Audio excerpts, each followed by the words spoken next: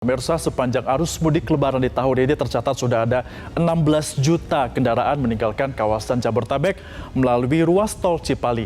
Namun 26% dari 16 juta kendaraan tersebut masih belum kembali ke Jakarta. Padahal puncak arus balik diprediksi akan terjadi di hari ini, tepatnya nanti malam.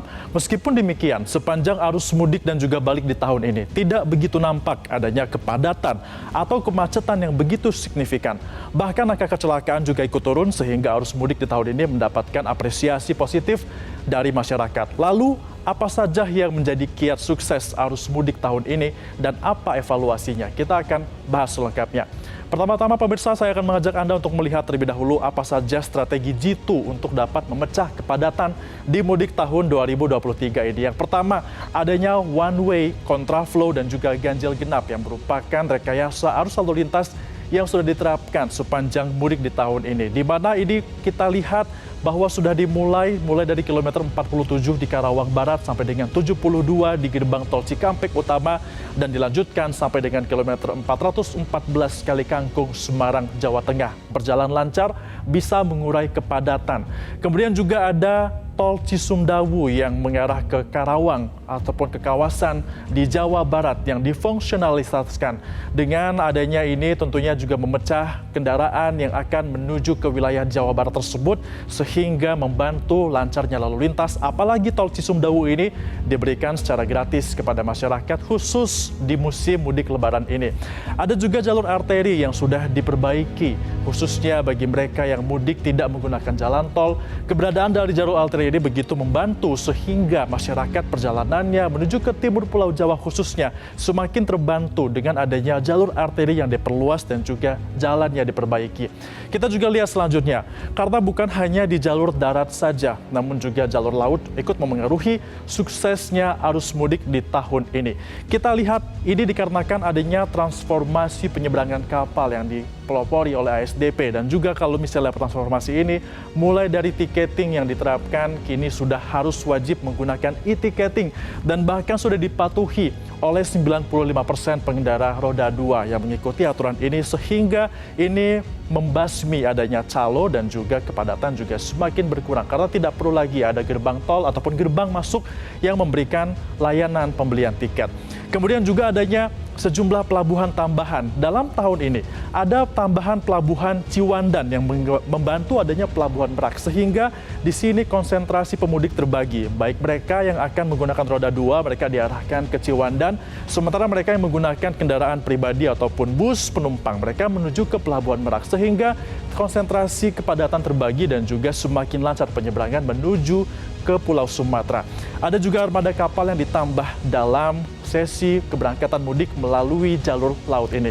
Kita juga bisa lihat dengan lancarnya arus mudik di tahun 2023 ternyata juga mampu menekan total dari angka kecelakaan yang turun signifikan sepanjang arus mudik dan juga balik sampai dengan H+7 pukul 00 tadi malam. Data yang kami dapatkan pemirsa, ini merupakan data dari Jasara Harja yang disampaikan langsung oleh Menko PMK yakni Muhadjir Effendi. Kita lihat angka kecelakaan hanya ada 3.378 turun sebesar 27% dibandingkan dengan tahun 2022. Sementara untuk korban kecelakaan ini juga turun 25%, di mana tahun ini ada sebanyak 6.668 korban kecelakaan. Dengan total korban yang meninggal dunia juga turun yakni mencapai 40%, yakni hanya ada 755 korban meninggal dunia. Kalau kita sandingkan data dari Jasara Harja ini juga sebenarnya tidak jauh berbeda dengan data yang dikeluarkan oleh Korlantas Polri, yakni ada 3.400-an kecelakaan dan juga 600 korban meninggal dunia. Meskipun terbilang sukses, namun masih ada juga evaluasi di jalur mudik tahun ini, terutama keberadaan dan fungsionalitas dari rest area. Karena skema keluar masuk dari rest area masih menimbulkan potensi kepadatan dari kendaraan. Kita lihat bagaimana ilustrasinya di mana kalau kita masuk rest area, biasanya akan ada kendaraan kendaraan yang memperlambat lajunya, yakni menjadi 0 sampai dengan 10 km per jam. Kemudian juga maksimal istirahat 30 menit yang masih juga belum banyak dipatuhi oleh masyarakat yang menuju rest area, artinya masih lama di sana, antrian semakin banyak. Ditambah lagi masih ada kendaraan yang parkir di bahu jalan. Tentunya ini menjadi PR yang harus diselesaikan pemerintah terkait dengan rest area ini. Meskipun sebenarnya secara keseluruhan mudik tahun 2023 sudah berjalan lancar dengan banyaknya apresiasi dari masyarakat. Dan di balik momen mudik lebaran di tahun ini, pemirsa, masih ada evaluasi juga yang menjadi PR dan menjadi pelajaran agar di musim mudik selanjutnya ini bisa diambil langkah konkret untuk semakin memperlancar skema arus lalu lintas masyarakat. Karena sudah banyak masyarakat yang mengapresiasi dari kesuksesan pemerintah mengamankan arus mudik lebaran tahun ini. Tidak terjadi kemacetan signifikan, berbarengan juga dengan angka kecelakaan yang semakin menurun. Lalu apakah ada evaluasi yang dikeluarkan pemerintah, khususnya Kementerian Perhubungan, terhadap penanganan arus mudik dan juga balik lebaran tahun ini? Untuk membahasnya, kami terhubung langsung bersama dengan juru bicara Kementerian Perhubungan, Adita Irawati bersama kami. Mbak Adita, halo, selamat siang. Selamat siang, Febrian. Ya, Mbak Adita, hari ini merupakan prediksi puncak arus balik. Kira-kira jam berapa puncaknya dan bagaimana kendaraan yang akan masuk ke Jabodetabek nanti? Ya, dari data kami saat ini per 6 pagi tadi, jam 6 pagi, data dari operator jalan tol memperlihatkan bahwa masih ada average sekitar 10-12% kendaraan yang belum kembali ke Jakarta, ya. Jadi memang makin mengecil angkanya, karena kemarin itu masih ada sekitar 30-an% ya. Dan ternyata hari ini per 6 pagi tadi itu sudah mencapai 11% yang belum kembali. Jadi memang alirannya terus berjalan dan kami prediksi ini akan terus terjadi sampai nanti malam, ya. Baik, Mbak Adita, kemudian ada juga angka Oleh kecelakaan karenanya yang turun Pak di Menhub tahun ini. sekarang juga langsung mengecek situasi yang ada di kilometer. Baik, Mbak Adita, kita tahu bahwa angka kecelakaan untuk mudik tahun ini juga turun, tapi mayoritasnya ini kecelakaan terjadi di luar tol, seperti jalur arteri. Evaluasi dari Kementerian Perhubungan seperti apa?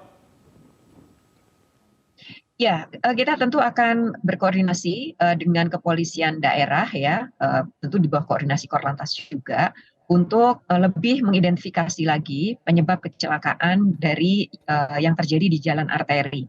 Kalau kita lihat memang arteri ini lebih banyak digunakan oleh para pemudik yang menggunakan roda 2. Meskipun ada juga kendaraan roda 4 yang apalagi yang kemudian harus menghindari rekayasa yang ada di jalan tol.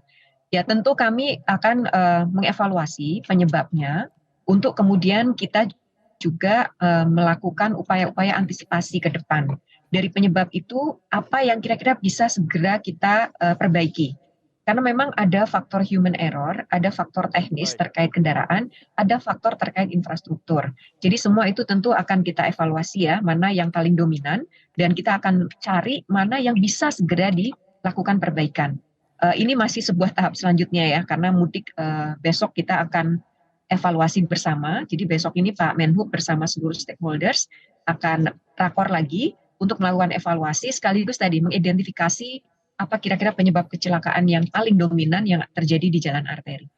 Baik, artinya nanti akan ada rapat koordinasi dari Kementerian Perhubungan bersama dengan stakeholder lainnya untuk melihat bagaimana kecelakaan di luar arteri ini bisa dilakukan penanganannya sehingga di mudik di kemudian hari tidak terjadi lagi dan juga semakin menurun. Terima kasih juru bicara Kementerian Perhubungan Adita Irawati sudah bergabung bersama kami dalam Metro Siang.